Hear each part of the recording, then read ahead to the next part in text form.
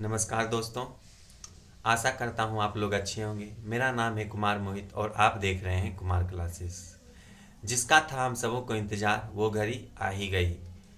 आप पूछेंगे ऐसा क्यों कर रहे हैं। तो दोस्तों, according to New York Times newspaper, रूस की सेना ने यूक्रेन में घुसकर हमला कर ही दिया और वहाँ के राष्ट्रपति व्लादिमीर पुतिन ने भी घोषणा कर दिया कि हम लोग यूक्रेन के साथ युद्ध में हैं। पिछले 3 दिन में यूएन की 2 इमरजेंसी मीटिंग हुई, लेकिन उसका भी कोई हल नहीं निकला। सभी लोग चाह रहे थे कि ये युद्ध नहीं हो, क्योंकि अभी तक कोरोना के मार से हम लोग उभरे नहीं थे और ये दूसरा अत्याचार होता हम सब पर। लगभग महंगाई का कोई सीमा नहीं रहता, कितना महंगाई बढ़ जाएगा।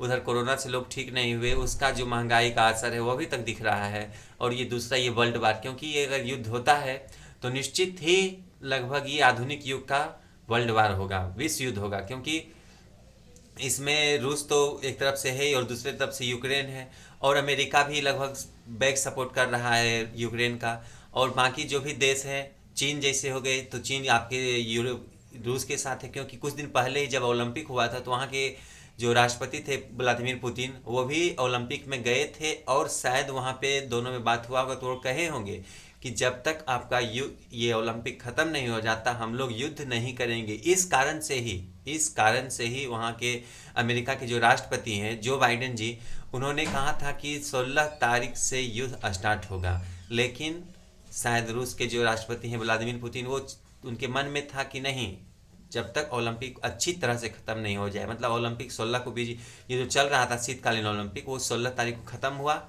और उसके बाद लगभग 23 तारीख के रात में रूस की सेना ने यूक्रेन में घुसकर लगातार हमले किए, बम छोड़े गए, रॉकेट छोड़े गए। यहाँ एक कंडीशन ऐसा हो चुका है वहाँ पे यूक्रेन में कि लोग अफरा तफरी मच, लगभग 50 लाख लोगों को इधर उधर जाना पड़ रहा है। एयरपोर्ट पे अफरा तफरी मची हुई है। लगभग 7 बड़े धमाके हुए, जी, रात में लगभग 7 बड़े धमाके हुए, जिस कारण से लोगों में अफरा तफरी मची, ताहिमाम मचा हुआ है।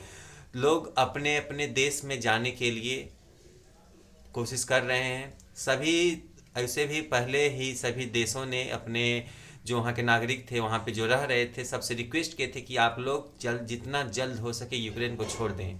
कुछ लोग तो आ भी गए, लेकिन और लोग आते कैसे, क्योंकि बहुत, जैसे इंडिया का ही, बिहार का ही बात कर रहे हैं, बिहार के बहुत सारे स्टूडेंट वहाँ पे रह रहे थे।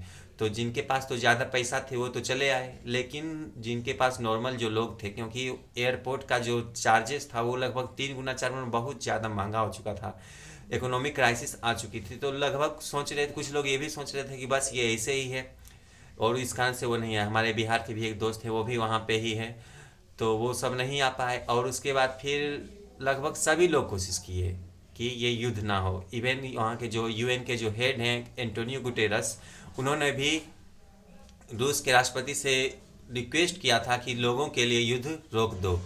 और वहाँ के जो एक अमेरिका के जो राष्ट्रपति हैं जो बाइडेन जी, वो भी कहे थे कि अगर ये युद्ध होता है और लोगों का जो अत्याचार होगा, हत्याएं होंगी, तो उस सब का जो जिम्मेवार होगा वो कौन होंगे? व्लादिमीर पुतिन होंगे। लेकिन व्लादिमीर पुतिन अपने मन से चल रहे थे, वो बोले नहीं, ऐसा कुछ नहीं हो, हम युद्ध करेंगे ही करेंगे। अब ठान लिया तो हार क्या, जीत क्या और हार क्या। तो देखते हैं ये युद्ध कब तक चलता है। ये तो निश्चित है कि महंगाई का मार सिर्फ यूक्रेन या रूस या फिर जो भी यूरोप के लोग हैं उनको नहीं, हमारे भारतीयों को भी इसका झेलना पड़ेगा। और इससे पहले कुछ दिन पहले जो है यूक्रेन के जो मंत्री हैं वो भी यूरोप से मदद मांगी, लेकिन कहते हैं ना चला कि जब समय आएगा ना तो कोई मदद नहीं करेगा। सुख में तो सब साथ आते हैं, लेकिन दुख में आया नहीं आया। तो इसी तरह से ना ही यूरोप के लोग आए, अमेरिका ना आया, ना चीन आया, इवन नाटो से भी कोई हेल्प करने नहीं आए।